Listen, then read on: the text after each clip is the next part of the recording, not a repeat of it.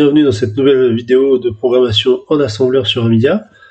Alors dans cette vidéo, on va continuer l'exploration du système, en particulier du disque et en particulier du bootblock et de la procédure de démarrage de l'Amiga. Alors avant de se lancer là-dedans, on va vite fait parler d'un truc dont on n'a pas parlé jusqu'ici dans les vidéos, je crois, c'est comment faire des programmes exécutables et rendre exécuter les programmes en dehors de ASM1.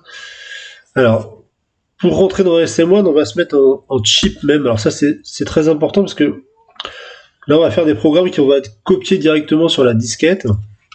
Et du coup, je vous avais dit dans la dernière vidéo que jusqu'au système 1.3, quand on voulait copier avec ASM1 des programmes vers les disquettes, il fallait que ça soit en mémoire chip, le programme. Donc il faut bien qu'on se mette en mémoire chip là pour commencer.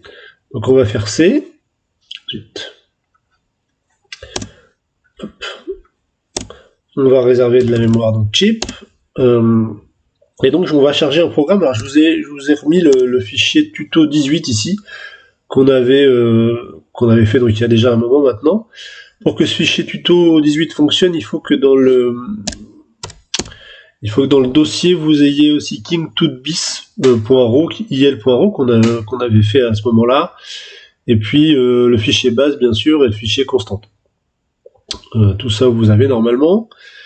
Donc on va charger le tuto 18. Donc ce programme rapidement il affichait simplement l'image de Toutankhamon, là le fichier KingTout qu'on avait fait ensemble. Voilà. Donc pour transformer ce programme en exécutable, en fichier exécutable comme aujourd'hui sur Windows ou sur un autre système d'exploitation, pour un programme qui est directement exécutable par le système d'exploitation, la commande de ASM1 c'est WO pour write object, ce qui est un peu étonnant comme terminologie puisque les fichiers objets d'habitude en programmation c'est plutôt des fichiers intermédiaires qui seront linkés ensuite pour faire des fichiers exécutables. Bon là ASM1 a choisi cette terminologie là, donc un fichier exécutable ça va être WO, et pour faire un fichier objet au sens habituel du terme en C, ou un fichier linkable ça va être WL. Donc là, nous, ce qu'on va vouloir faire, c'est un fichier exécutable, donc WO. Il nous demande un nom de fichier, donc on va taper, je sais pas quoi, moi, temp.exe, par exemple. Et vous voyez qu'il fait un tas de trucs là. Sorting, reload area, writing unplanned, etc. Il n'écrit pas juste bêtement tous les octets binaires de notre fichier. Si on regarde dans la mémoire de l'Amiga ce qu'on a assemblé là, par exemple si on fait assemble, désassemble à partir de run, on a tout ce programme là. Tout ce programme là en fait qui correspond à toutes ces données binaires ici. Et en fait, eh ben tout le programme qu'on a là, dans ce programme, il y a plein d'adresses absolues, comme ici par exemple, ou ici. Et l'Amiga peut, comme c'est un système multitâche qui est censé pouvoir charger les programmes n'importe où dans la mémoire, ben il va pas pouvoir garder des adresses absolues comme ça. Donc en fait, quand on écrit un fichier exécutable pour le DOS, on enregistre en même temps que le fichier une table qui va retenir tous les endroits comme ça où il y a des adresses à changer, et qui va les changer en fonction de l'adresse de localisation du programme chargé. C'est un peu compliqué à expliquer comme ça, mais disons que le DOS va vraiment, enfin l'Amiga DOS va vraiment se charger de tout, quoi. Quand on écrit notre fichier objet, temp.exe, si on le lance ici, nous, je sais pas si je suis dans le bon dossier, si c'est bon, si je lance temp.exe, ça marche, voilà, super. Et je peux le lancer sur n'importe quel Amiga, ça va fonctionner. Dans temp.exe, il y a à la fois l'image, enfin, ce qu'on appelle un hunk, c'est-à-dire une zone chip dans laquelle il y a l'image qui va être chargée en mémoire chip. Il y a à la fois notre fichier, enfin notre fichier programme qui va être mis en mémoire fast, s'il y en a par exemple. Et toutes les adresses de notre programme vont être changées pour qu'elles correspondent à l'adresse de chargement du programme. Donc en fait, finalement, c'est un système comme aujourd'hui quand on charge un programme sur un PC moderne. Donc c'était pas mal, enfin c'était déjà en vogue, enfin ça existait déjà à l'époque, hein, mais sur Amiga c'était pas forcément ce qui était le plus utilisé. D'ailleurs c'est ce qu'on va voir, c'était même pas du tout le plus utilisé dans les démos et les jeux, plutôt que d'écrire des programmes comme ça directement liés à l'Amiga DOS et chargeables par l'Amiga DOS, les programmeurs de jeux, de démos, de plein de programmes écrivaient directement sur les tracks des disquettes, plutôt que d'écrire des fichiers exécutables comme ça. Alors comment on fait pour écrire un fichier directement sur une disquette ou dans un fichier binaire? Là malheureusement, si mon programme tuto 18, je l'écris comme ça, dans un fichier binaire, je ne pourrai pas le lancer. Ça ne marchera pas. Parce que justement à cause de cette histoire d'adresse absolue, je vais essayer de vous montrer ça avec un programme, peut-être un programme simple. On va par exemple faire un petit programme, on met je sais pas, des data ici, data de point, dc.l0. On va faire un petit programme qui va mettre la valeur $1, 2, 3, 4, 5, 6, 7, 8 à l'adresse data, par exemple. Et ensuite, on va faire un saut à l'adresse fin. Et à l'adresse fin, on va mettre RTS. Donc, si je charge ce programme, il ne se passe rien d'extraordinaire, évidemment. On a juste mis à l'adresse data. Si je regarde data, je ne l'ai pas lancé, donc ça ne marche pas, évidemment. Si je le lance et que je fais h.ldata, il y a 1, 2, 3, 4, 5, 7, 8 à l'adresse data. Non, pas de problème. Si je veux transformer ce programme assembleur et assembler en fichier binaire, il y a une fonction pour ça dans SM1 qui s'appelle WB, donc write binary, écrire un fichier binaire.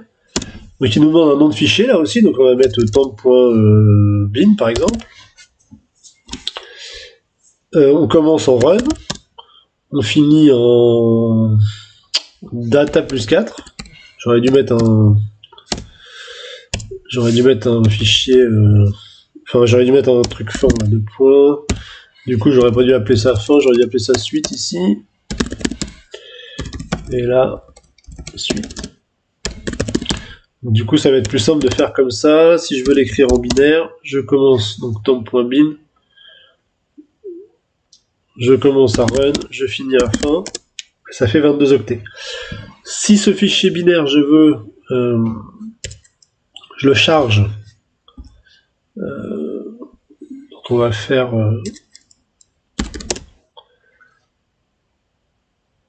je vais charger peut-être là, je vais sauver en temporaire. Et on va charger, on va sauver, on va refaire je vais refaire un petit source. On va faire un buffer dans lequel on va inclure ce fichier binaire qu'on vient de faire, donc qui s'appelle temp.s. Non, temp.bin, pardon. J'aurais peut-être pas dû l'appeler temp. Et voilà. Et si on assemble ça et qu'on saute à buffer, ça va pas fonctionner. Si on... Alors là, il s'est rien passé, mais notre programme ne marche pas. Si je désassemble à partir de buffer, il met quelque chose en 20. Vous voyez, il met 1, 2, 3, 4, 5, 7, 8 en 21.0DE. Et 21.0DE, c'est pas du tout la zone mémoire que j'ai réservée. Juste après. Qui était juste après le RTS, normalement. Et le jump 21.0DC, il marche pas non plus. Le RTS, normalement, il est juste ici. Et il saute pas en 21.0DC du tout. Donc, j'aurais espéré que ça plante, en fait. On va recharger le... Donc là, si j'efface... Je sais pas si toujours en data, il y a toujours un truc 5, 7, 8. Oui, voilà, on n'a plus de symbole, évidemment. Bon, si je recharge, en tout cas... Alors, ça, je vais peut-être le sauver en temps 2. Alors, ce que j'essaie de vous montrer, c'est pas facile à expliquer, donc c'est pour ça que je m'y prends plusieurs fois. Là, pour que ça fonctionne, ce fichier-là, en binaire, il faut que toutes les adresses soient relatives. C'est-à-dire, par exemple, un jump ou un JSR, c'est pas possible parce qu'il travaille en adresse absolue. Par contre, on peut faire un bras suite. Bras, ça fonctionne en relatif par rapport à l'adresse où on est actuellement dans le programme. Donc là, ça va aller. Pareil pour le move, là. Ce qu'on peut faire, c'est faire un lit data pc A5, par exemple, et se mettre en A5. Là, ça va fonctionner. parce qu'on va être en relatif au PC, donc relatif à l'endroit où on est actuellement dans le programme. Alors vous allez me dire pourquoi on ne fait pas directement data PC ici en destination. Et bien parce qu'on n'a pas le droit de mettre en destination une adresse relative au PC qui risque d'être modifiée. Donc move quelque chose, data PC, on ne peut pas. Par contre, on peut faire btst, btst 5, data PC. Ça c'est possible puisque l'adresse de destination data n'est pas modifiée par le btest là. Il teste juste un bit sans modifier la destination.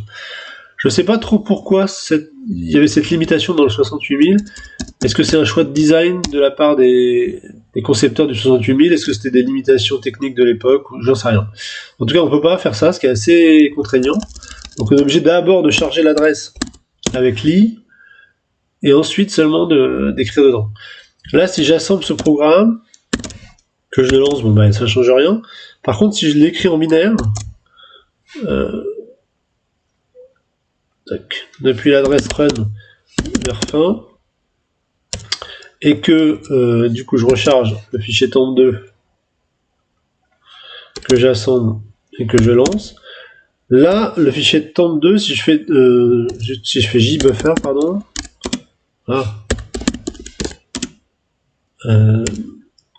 là si je vais en temp, si je vais en buffer, j'ai les bonnes adresses, c'est-à-dire que 21.0.74 c'est bien juste ici, juste après, pour le coup, l'adresse qui est ici, et l'adresse vers laquelle on va écrire est bien celle-ci, juste après le RTS là. Juste après le RTS qui est là.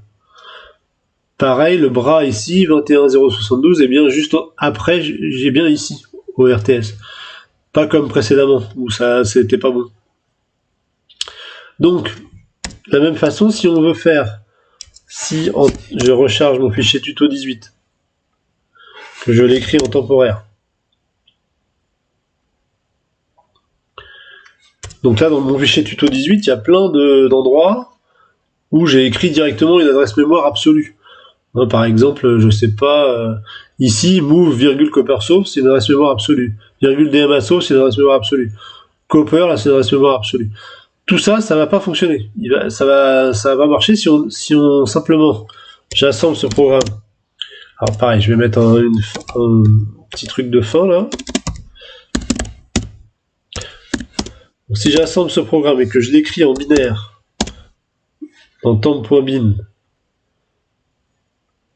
depuis run jusqu'à fin, que je recharge mon temp2, vous savez, donc là j'inclus mon fichier temp.bin que j'assemble. Qu'est-ce qui lui arrive?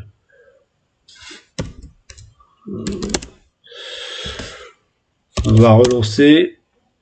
Je sais pas trop, j'ai pas dû mettre assez de mémoire. Si je prends mon fichier temp.2, temp.bin, ah oui, non, j'ai fait une bêtise, excusez-moi, alors je recommence. On prend le fichier temp. Il y a un truc qui est pas possible là dans le fichier temp. Donc non seulement il y a nos adresses qui sont en absolu, mais en plus j'ai mis une directive section ici. Vous vous rappelez, une section list copper data en chip, alors que mon programme était en face. Donc là il va me charger, il va me sauver je ne sais pas combien d'octets de chip. Donc il faut que j'enlève la directive section ici. Du coup j'assemble.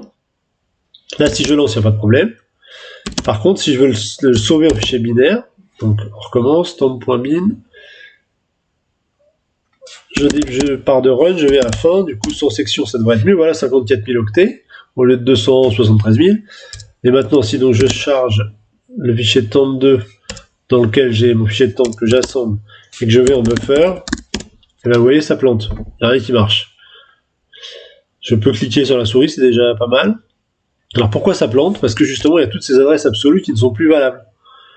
Donc il faut qu'on reprenne notre fichier tuto 18 là, et qu'on transforme toutes les adresses absolues en adresses relatives.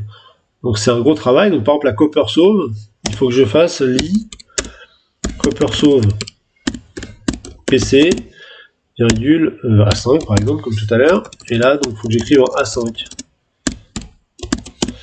Là pareil, il faut que je fasse li DMA sauf PC, virgule à 5, et que je remplace ici aussi. Alors là, ça va encore aller parce que c'est un petit programme, mais vous voyez tout de suite le souci, quoi. La copper, c'est pareil, on va faire lit copper PC, virgule à 5, et on va remplacer ça par A5. Alors là, attention, il n'y a pas de parenthèse. C'est pas le contenu d'A5 qu'on veut, c'est A5 lui-même. Ensuite, là, pareil, ça va pas marcher. Par contre, je peux faire PC direct. Là, c'est bon. Là, ça va pas marcher. Il faut que je fasse lit screen PC virgule A5, par exemple, toujours. Et move A5,D0. Ensuite, là, c'est bon. Donc, tous les BNE, BSR, par contre, il n'y a pas de problème, hein, puisque c'est du relatif, ça. La move copper sauf PC, ça ne marche pas, mais comme c'est une source, je peux mettre copper sauf comme ça, là. Donc, comme on est en source dans le move et pas en destination, j'ai le droit d'écrire PC. C'est même conseillé. Là, c'est pareil, je peux pas faire ça comme ça. Il faut que je fasse un lit DMA sauve PC, virgule à 5. Là, il faut que je fasse A5. Et là, je peux remplacer par A5 ouais. J'aurais pu mettre PC aussi, là ça aurait marché, mais peu importe. On va faire comme ça. Ensuite, ça je crois que c'est bon, c'est bon. Là, il n'y a pas de problème, on ne travaille pas avec des adresses absolues. Ok. Là, c'est la list copper, et là, c'est le screen. Donc normalement, ça par contre, donc, si j'assemble et que je lance, ça marche toujours. Si j'assemble, que j'écris en binaire, dans temp.bin, on efface de run jusqu'à fin. Normalement, si j'ai pas fait de bêtises, en le rechargeant simplement ici dans buffer, et en faisant jbuffer, ça devrait fonctionner cette fois. Voilà. Puisque du coup, on n'a fait que des adresses relatives. Donc ce fichier binaire, je voudrais l'écrire sur la disquette. Alors pour l'écrire sur la disquette, il va falloir que je sache combien ça vaut, combien ça prend de place, vous vous souvenez, en track ou en secteur. Dans la dernière vidéo, on avait vu que, alors j'avais oublié de vous dire d'ailleurs, mais les secteurs en français, ça s'appelle des blocs en anglais. Hein. Donc vous aviez vu sur le dessin, je pense, mais donc du coup, vous vous rappelez, un secteur faisait 512 octets, et un track entier faisait 11 fois 512 octets, c'est-à-dire 5632 octets. Donc il va falloir qu'on sache combien notre programme fait en track ou en secteur. Donc là, on va, par exemple, on sait qu'il fait ça, on peut faire 4 points d'interrogation fin moins run. Zut, je suis pas sur le bon truc, il faut que je revienne dans mon temp. Point d'interrogation fin moins run. On sait qu'il fait 54 164 octets. Donc il faut qu'on prenne une calculatrice et qu'on divise ça par la taille d'un track. Donc si on fait 50 ou d'un secteur, on va prendre en track par exemple. Donc 54 164 divisé par 5632, ça nous fait... Alors je me suis mis en programmeur, on va se mettre en scientifique. Vous allez voir pourquoi. Si je recommence mon calcul en scientifique, 54 164 divisé par 5632, ça fait 9,6 tracks. Donc en fait, le problème quand on est en exercice, enfin quand on est en programmeur, ou ici si je faisais 54 164 divisé par 5632, le problème c'est qu'il nous répond en chiffre entier, donc il ne nous donne pas le reste de la division, donc il nous donne juste 9. Mais en fait c'est 9, quelque chose, donc il va nous falloir 10 tracks et pas 9 pour écrire notre programme. Donc si je veux écrire mon programme sur des tracks, sur la disquette, je fais WT pour write track. Il va me demander où ça commence, donc on va commencer en run. Il va me demander à partir de quel track je veux écrire. Alors on va prendre le track numéro 1, c'est-à-dire le deuxième track du disque. Je vais vous expliquer pourquoi je fais ça. On va pas prendre le track 0. On va prendre le track numéro 1, et on va dire que c'est 10 tracks de long. Donc il va nous écrire ça sur la disquette. Vous voyez le petit compteur ici, il a été jusqu'à 5, puisque c'est le cylindre là, ici qu'on voit. Donc le track 10, il est sur le cylindre 5. Hein. Vite fait, par rapport, on a vu ça dans la vidéo précédente, mais là, c'est les cylindres, c'est-à-dire les deux têtes de lecture en même temps, dessus-dessous, enfin dessous-dessus. Et sur un cylindre, il y a le track 0 en dessous, le track 1 au-dessus. Sur le cylindre 1, il y a le track 2 en dessous, le track 3 au-dessus, etc. Donc les numéros de track sautent d'une face à l'autre, comme ça. Donc 0, 1, 2, 3, 4, 5. Voilà, c'est pour ça. Et pareil pour les secteurs. J'avais déjà dit ça dans la vidéo précédente, donc je recommence pas, mais on a les 11 premiers secteurs numérotés 0 à 10 sur la première piste, ensuite on saute au-dessus à 11, 21, etc. Donc on a notre fichier qui normalement est sauvé sous forme binaire fonctionnelle sur notre disque du track 1 au track 10. Donc on va essayer de voir si ça marche ce truc, donc on va refaire run2.buffer, un buffer dans lequel on va mettre... alors on sait que la taille c'est, on a dit 54 000, bon je sais plus, c'est pas grave. On va réserver 10 secteurs, donc 10 tracks, pardon, 10 fois 11 fois 10 fois 5632 octets. Et donc on va assembler ça et on va charger avec read track RT. On va charger vers le buffer depuis le premier track numéro 1 10 tracks. Voilà. Et normalement, si je saute un buffer là, je devrais avoir mon programme, voilà, qui fonctionne. Mais là, je ne l'ai pas chargé depuis un fichier binaire, je l'ai chargé depuis la disquette. Ok. Donc là, je l'ai sauvé sur le track 1, c'est-à-dire le track, j'ai gardé exprès le track 0 ici. Donc le track 0, c'est la première piste de la face inférieure, donc le track 0. Celui-là, je l'ai laissé tranquille. Et j'ai chargé ça sur le track 1, ici. Alors pourquoi j'ai fait ça? Parce que sur Amiga, le track 0, les deux premiers secteurs du track 0, là, sont ce qu'on appelle le boot block. Et c'est ce qui est chargé systématiquement au démarrage de l'Amiga sur la disquette. Et l'Amiga va effectuer, après une procédure de démarrage assez complexe, où l'Amiga copie sa ROM dans sa RAM, et puis exécute des instructions, il va ensuite, à la fin de sa procédure de démarrage, aller chercher ces deux secteurs-là, les mettre quelque part en mémoire, et exécuter ce qu'il y a dans ces deux secteurs. C'est ce qu'on appelle le boot block. Vous avez déjà dû entendre parler sur Amiga, bien sûr. Et c'est, on va dire que c'est l'amorce qui lançait l'Amiga, quoi. Alors il y avait un boot block, on va dire standard, sur Amiga. Le boot block des disques Amiga DOS sur lequel on sauvait des fichiers et des dossiers, hein, donc comme un PC moderne. L'Amiga DOS gérait les fichiers et les dossiers sur le disque. On ne sait pas trop comment il sauvait ça, mais enfin en tout cas on sait, mais c'est complexe, donc je vais pas détailler ça ici.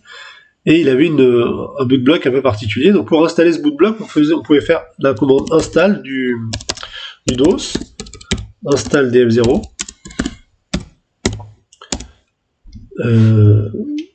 Alors, c'est pourtant install. Faut peut-être charger le workbench pour faire ça, je sais plus.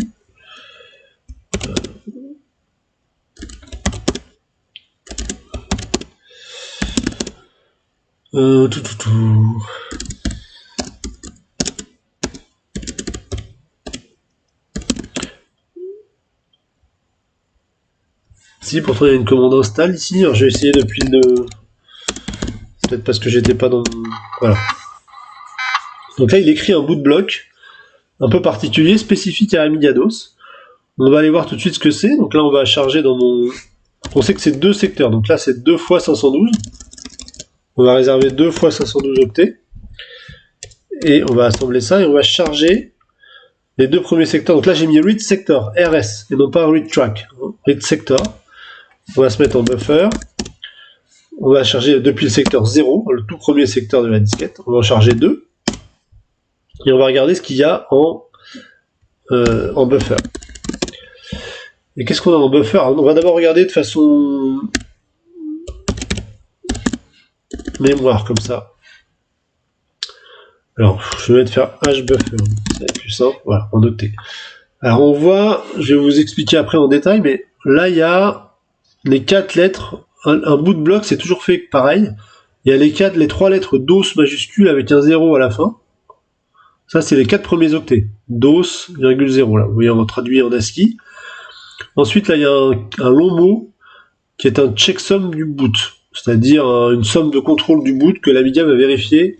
Il va faire la somme de tous les octets du boot, il va vérifier que ça correspond bien, enfin, il va faire un calcul un peu spécial, il va soustraire le chiffre qui est ici, il va vérifier que ça fait -1. Bon, je vais pas rentrer dans le détail là, c'est pas grave, mais en tout cas, si ce chiffre est pas bon, l'Amiga démarrera pas. Et là, il y a un troisième long mot qui correspond pour le DOS au numéro de secteur sur lequel sont inscrites les données qui permettent à Amiga DOS de savoir, de connaître les données de la racine du disque. Quelles sont où se trouvent les données des dossiers, des racines du disque, les données des fichiers de la racine du disque, etc. Donc c'est 370 en hexadécimal, c'est 880. C'est en général le 880, donc on est au milieu du disque ici, là, sur la face, je sais plus, en dessous. Et c'est habituellement là que se trouvent les données ce qu'on appelle le root block, c'est-à-dire un secteur, un bloc qui est descriptif des données du disque à la racine. Et ensuite, commence vraiment, donc en plus 12 du boot block, commence vraiment le code qui est exécuté par l'Amiga. Donc on est en 4, 8, 12, 00, et à partir de 43, la 43FA, 0018, etc., c'est le code du boot block.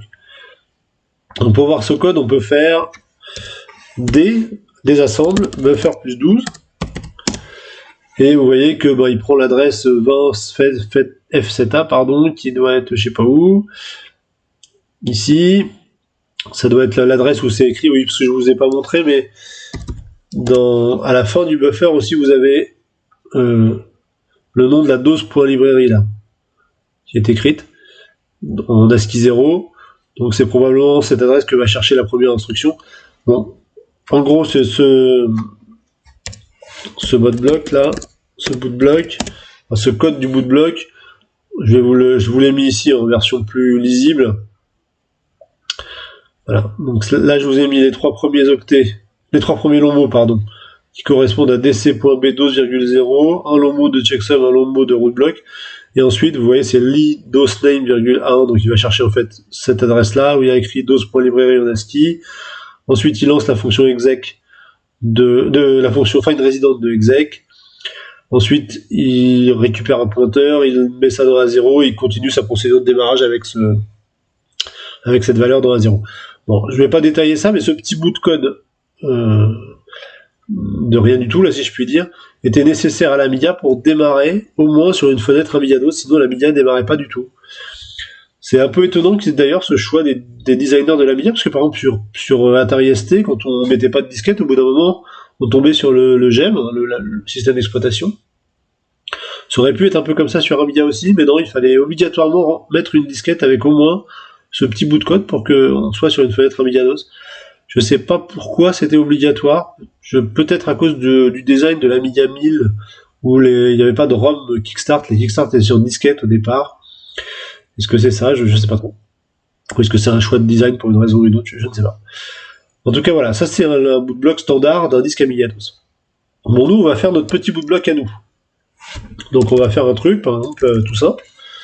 On va faire un boot, on va mettre dans notre boot, notre boot block, il va commencer par dc.l, dc.b, attendez, je vais mettre ça comme ça,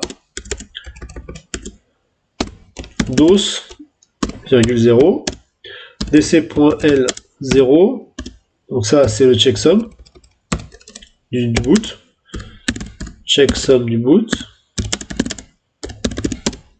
et dc.l 0, ça c'est le root block.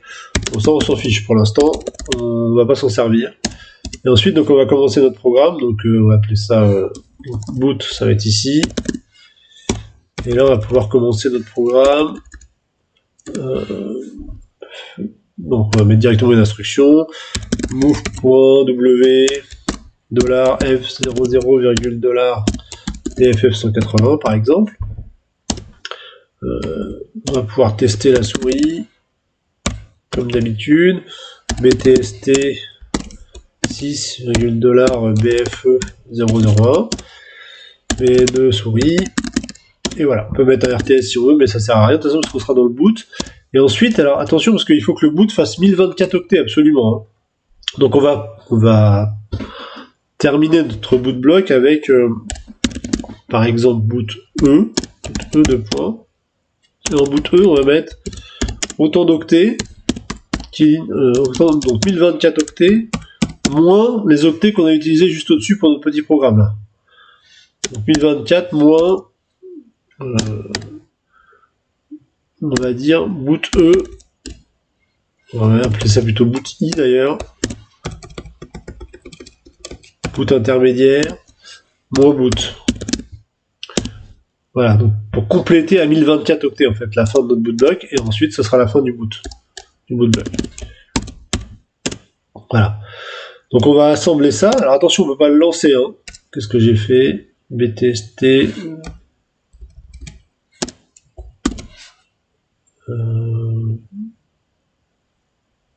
Qu'est-ce qui lui plaît pas? Ok. Donc si on a assemblé ce programme, on va pouvoir l'écrire sur les secteurs 0 et 1 de la disquette, mais d'abord, il faut qu'on calcule ce checksum là. On ne sait pas combien ça vaut le checksum du boot là. Pour l'instant, c'est 0.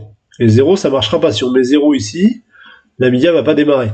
Heureusement, il y a une fonction dans l'Amiga DOS, dans ASM1, pardon, qui calcule le checksum du boot toute seule. Alors, on va d'abord écrire les deux secteurs. Donc WS, Write Sector. Attention, pas Write Track. Hein. Write Sector, depuis boot, vers le secteur 0, sur une largeur de 2. Et la fonction qui permet de calculer automatiquement le checksum du boot de la disquette, c'est CC0. On fait CC0, il va calculer le checksum du boot de la disquette et il va l'écrire à la bonne place sur la disquette. Donc là, normalement, si je fais un reset sur la disquette, il va me lancer mon boot avec l'écran rouge. Voilà. Et si j'appuie sur la souris, bien sûr, ça plante puisqu'il n'y a rien derrière. Donc on va enlever la disquette, parce que là, sinon il relancerait sans arrêt sur le boot de la disquette, parce que la disquette est prioritaire sur le disque dur. Hein. Donc on fait un reset en enlevant la disquette pour aller sur le disque dur. On se met bien en chip même, hein, très important. On va remettre la disquette pour qu'il arrête de ne pas être content. Ok. Et du coup, on va essayer d'écrire notre boot, mais pour que ça charge notre programme qu'on a écrit sur les tracks 1 à 10. Alors pour ça, on va utiliser le track 10.device. Il faut savoir que quand le boot commence sur Amiga, quand l'Amiga commence à lire le boot block ici, hop, quand l'Amiga commence à lire le boot block ici, il commence sa lecture du boot avec l'adresse de exec en A6 et un IO request pour le track disk.device en A1. Vous vous rappelez, hein, il y a je vais pas revenir là-dessus, mais c'était dans les vidéos précédentes, mais pour lire la disquette, il faut ouvrir un device, un track disk.device, si on veut lire la disquette track par track, et il faut un message qu'on appelle un IO request à envoyer vers ce device. Ben là, il est déjà ouvert quand l'Amiga démarre, en fait, et il est en A1. Donc notre boot, on va pouvoir faire comme ça. Donc on recommence avec, j'aurais dû le sauver, mais dc.b dos,0, dc.l0, ça c'est le checksum, dc.l0, ça c'est le root block. Ensuite, on peut faire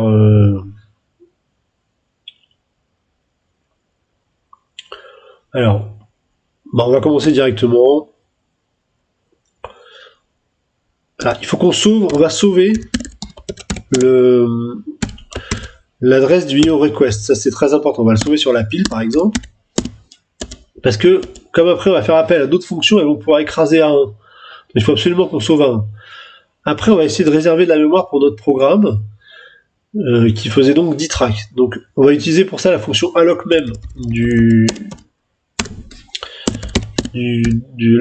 d'exec base. Donc, on va inclure pour ça les constantes. Pour vous rappeler, hein, pour que ce soit plus simple la programmation. Du coup, on va donc faire. Donc là, on sauve le IO request. On sauve IO request de DF0. Ça, c'est l'Amiga qui démarre comme ça. C'est pas nous qui choisissons. Il y a, au début du démarrage de l'Amiga, il y a un IO request pour le DF0 en A1 et l'adresse de la bibliothèque exec qui est en A6. Donc on sauve ça. On va utiliser la fonction alloc même, je crois qu'on l'a déjà vu ensemble. Donc on choisit combien de mémoire on veut réserver dans D0. Donc là on va choisir, on a dit que ça faisait 10 tracks. 10 x 5632, si je dis pas de bêtises. Hein. Donc ça on met ça dans D0. Ensuite on choisit, alors il y a des flags pour... on choisit 2 pour que ce soit de la mémoire chip. Comme on a un graphisme dedans, il faut absolument que ce soit en mémoire chip. Et on le met en D1. Alors 1 c'est de la mémoire publique je crois, fast chip ou indifféremment. 4 c'est de la fast et 2 c'est de la chip si je ne vous dis pas de bêtises. Et ensuite on peut lancer alloc même de A6. Alors A6 normalement contient déjà l'adresse d'execbase. Donc on n'est pas obligé de le remettre, on peut le remettre si vous voulez, mais normalement on n'est pas obligé de faire move.l 4.w,A6. Mais ça c'est pas obligatoire. Parce qu'il est déjà normalement au début du bout de bloc, il est déjà dans A6. Donc il va nous renvoyer un pointeur dans D0 de mémoire chip alloué qu'on va mettre on va sauver dans A5 comme tout à l'heure. Et ensuite on va donc utiliser notre trackdisk.device. Donc il va falloir qu'on remette le pointeur vers le trackdisk dans A1, puisque ce A1 a potentiellement été effacé par alloc même. Hein. Ensuite, il va falloir qu'on remplisse, donc comme la dernière fois, vous vous rappelez, pour le trackdisk, il va falloir qu'on remplisse le IO standard request là. Donc essentiellement la commande, qui est un point W, la longueur, les datas et l'offset. Donc IO commande, ça va être 2, hein, la commande de lecture. Je vous avais mis les commandes de... ici je crois, voilà. Les commandes standards pour tous les devices, donc read c'est 2. Donc là on veut lire sur la disquette, donc c'est 2. Donc on va les mettre 2 en 28 de A1. Donc on va mettre move.w 2,28 de A1. Ensuite on va demander, ensuite c'est la 28, ensuite c'est la longueur 36. Donc la longueur c'est 10 tracks. Là c'est un point N, donc c'est 10 x 11 x 5632. Non, 10 x 5632, pardon, excusez-moi. 10 x 5632. Des fois je raisonne en secteur, des fois je raisonne en track, donc je me trompe. Donc 10 x 5132, on a dit que c'était en 36 à 1, je crois. Je sais déjà plus. Ouais, c'est ça. Ensuite, data, c'est l'endroit de la mémoire où on veut mettre ça. Donc là, c'est A5, ce qu'on vient de réserver comme mémoire. A5,40 à 1. 36, 40, oui, c'est ça. Et ensuite, c'est l'offset du disque où on veut commencer à lire les données. Donc l'offset du disque où on veut commencer à lire les données, c'est un track, c'est le track numéro 1, donc le deuxième track. Donc c'est 1 x 5632 octets. C'est en octets, mais ça doit toujours être des multiples de 512. Je vous avais dit, je crois, dans la vidéo précédente, mais le track disk ne peut lire et écrire sur la disquette que des multiples d'un secteur, donc de 512. C'est pour ça que souvent on écrit plutôt 10 x 11 x 512, parce que 11 x 512 c'est la taille d'un track, donc il y a 11 secteurs par track, et là pareil 1 x 11 x 512 plutôt que 5632, pour être sûr de bien toujours être dans un multiple de 512, sinon le track disk ne fonctionnera pas. Donc ensuite on peut lancer la fonction do.io de execbase. Et voilà, normalement on a chargé notre programme de mémoire à l'adresse A5 et ensuite on peut sauter en A5. Et normalement c'est bon. Bon, c'est le genre de truc où on fait beaucoup d'erreurs, hein, surtout je pense en faisant une vidéo, donc je suis pas sûr que ça fonctionne, mais on a quand même... donc je vais sauver ça en temps 3 peut-être, pour pas tout recommencer à chaque fois, parce que c'est probable que ça fonctionne pas. Je vais assembler ça, on va écrire ça sur les secteurs, donc depuis le boot, sur les secteurs 0 et 2. On va calculer le checksum pour pas oublier le CC0. Hein. Et ensuite, normalement, si on fait un reset, il devrait nous charger notre programme.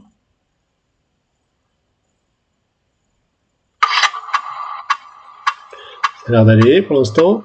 Voilà. Donc en fait, on a fait notre boot block à nous et on a chargé notre programme à nous sur les tracks 1 à 10. Donc le truc, c'est que en fait, presque tous les, enfin beaucoup de démos et de jeux fonctionnaient comme ça en fait. On chargeait directement le programme sur le disque. Alors vous allez me dire, mais du coup, je reviens, j'enlève la disquette.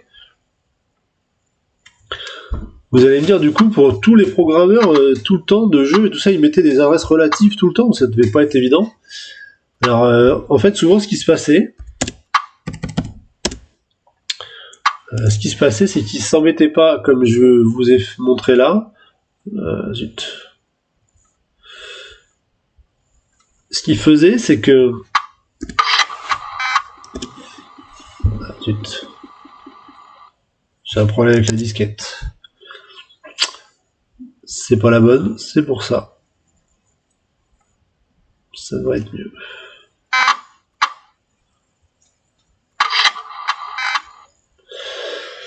Donc ce que faisaient les programmeurs souvent, c'est que dans notre programme temple, là, alors si je recharge plutôt le tuto 18, que je l'écris en temple 4, au lieu de changer toutes les adresses, là, comme on a fait tout à l'heure, Copper sauf DMA sauf Copper, etc., il faisait, alors on va enlever la section par contre, ça peut pas marcher avec section. Mais ce qu'il faisait, c'est qu'il mettait tout à une adresse absolue en fait, hein, ce qu'on fait pas normalement en programmation, mais en fait là, run, il mettait au-dessus de run, il mettait origine, je sais pas, $30 000 par exemple, il chargeait tout en mémoire à l'adresse 30 000. Comme ça, il n'y a pas de problème. Enfin, il n'y a pas de problème. C'est pas très propre comme programmation pour une programmation moderne, mais à l'époque, ça leur permettait de savoir exactement où étaient toutes les données. Ils les mettaient à des adresses fixes. Et comme ça, il n'y avait pas trop de soucis. Donc là, avec des adresses fixes, il n'y a pas de problème. Les adresses vont toujours rester les mêmes. Donc on n'a pas besoin d'être en relatif. Donc si je sauve ça, j'ai pas dû mettre de label de fin. Mettre un label de fin. Si j'assemble ça, que je veux l'écrire en binaire par exemple. Donc là, si je l'assemble et que je le lance, que je veux en $30 000, normalement ça marche. Voilà. Si je veux l'écrire dans un fichier binaire comme tout à l'heure, je fais temp.bin. On commence à run, on finit à fin. 54 172. Donc c'est pareil. On va revenir à temp2. Et là, pour le coup, il va falloir qu'on mette ici origine $30 000 hein, pour que ça soit bien au bon endroit. Et là, si je fais jbuffer, donc j30 000, ça marche pareil. Et donc, si on veut, si je reviens à temp 4, si on veut donc sauver ce programme sur disquette, bah, c'est comme tout à l'heure. On va faire donc, je pense qu'il fait la même taille, donc on va écrire des tracks cette fois. À partir de, j'ai peut-être pas assemblé. On va assembler. On va écrire des tracks. Depuis run sur le track 1 sur une longueur de 10. Je pense que c'est la même taille. Hein.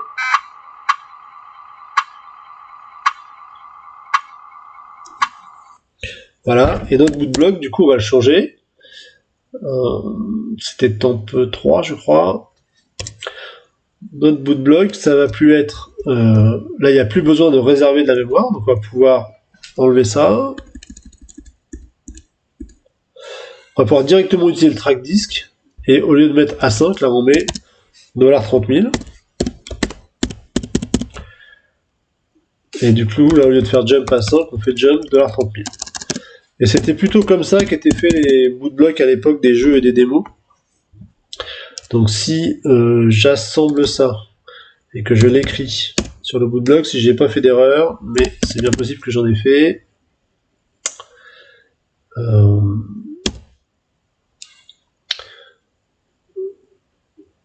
Disk pointer 0, 2, c'est 0. Bon, je suis pas sûr que ça marche, parce que j'ai été un peu vite, mais vous avez compris le principe. Globalement, là, on va charger directement en $30 000 les données du disque. Bon, c'est bon, j'ai de la chance. Voilà. Donc écoutez, c'est à peu près tout ce que je voulais vous dire sur le bootblock et le démarrage de la media, et la création de fichiers exécutables, en fait, qui est pas si simple. Le bootblock, bah, c'était vraiment une constante sur toutes les disquettes, même les plus protégées du monde. Il y avait toujours un bootblock lisible. C'est pour ça que c'était souvent le point de départ pour le cracking, le piratage des disquettes. Du coup, peut-être que dans les vidéos suivantes, on essaiera, c'est un petit exercice d'exploration de disquettes pour voir comment les disquettes étaient protégées. Voilà, mais j'espère que cette vidéo vous a plu. Je vous remercie comme toujours de me laisser des commentaires ou de mettre des pouces bleus et je vous dis à la prochaine. À bientôt.